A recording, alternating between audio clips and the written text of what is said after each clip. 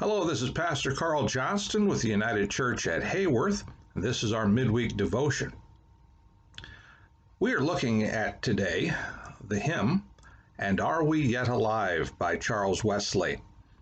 We have been for the month of January, every Wednesday or midweeks or so, looking at different hymns, because hymns are one way in which we draw close to God.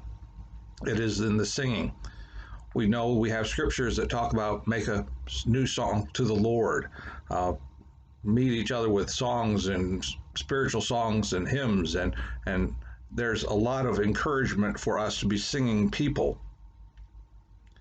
The hymn I've selected for us today, "And Are We Yet Alive," which is number 553 in the United Methodist Hymn Book, was written by Charles Wesley in about 1749.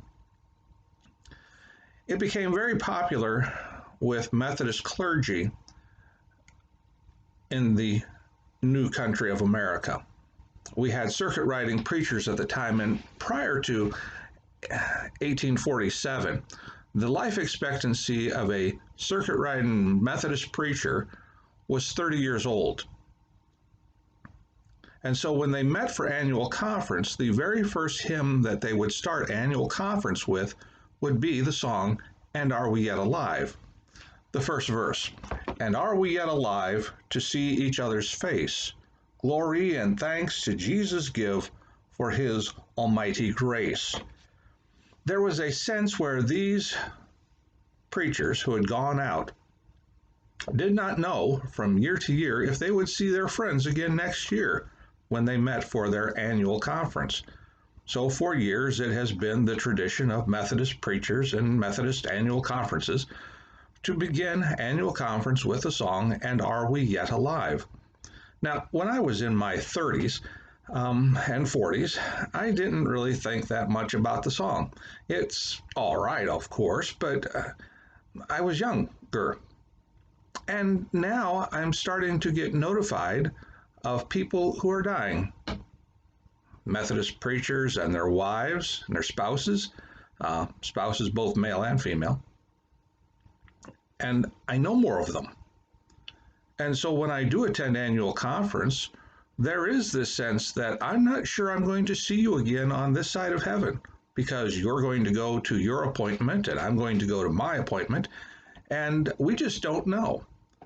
But there is that sense at annual conference when we get together of great community, of great fellowship, of seeing people maybe you went to seminary with, or people you served in another church with, or an area where you served another church together.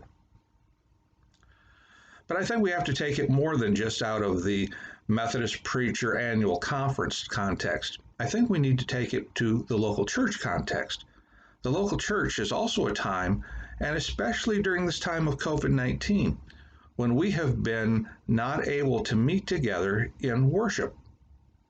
What a great song to start when we can all get together, when all of the restrictions are gone, when we can all gather without mask and without, we can actually sing together. What a great song to begin our worship service.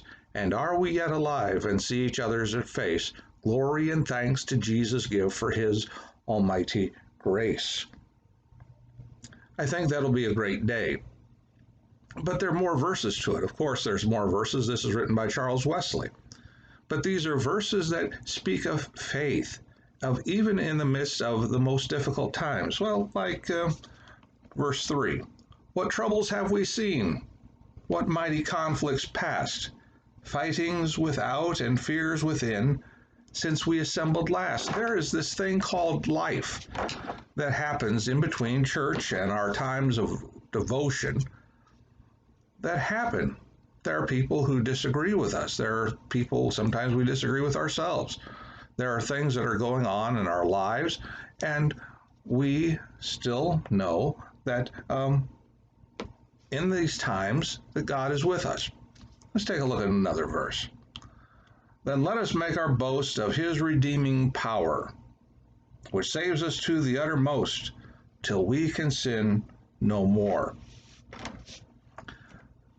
Wesleyans believe that there is a way, a time to progress in our faith to progress in our search of holiness, that maybe we become so enamored, so in love with Jesus Christ, that we say we're not going to purposely, deliberately sin anymore.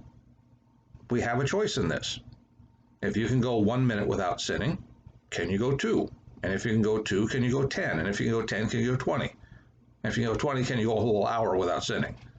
And without not sleeping in the middle of that hour. But this is the goal, this is the objective for us as Wesleyans, to work in our lives to know the power of Jesus Christ so that we might get to the point where we sin no more, deliberately, purposefully sinning. We also know that this song, and Are We Yet Alive, then let us take our boast, is the last verse. Then let us take up the cross till we the crown obtain, and gladly reckon all things lost, so we may Jesus gain. It's the idea that the most important thing in our lives as followers of Jesus Christ is Jesus. That the only thing we really need to gain is not money, not stocks, not bonds, not fame, not anything else. But the only thing we really need to gain in this life is Jesus. And that's something for you to think about.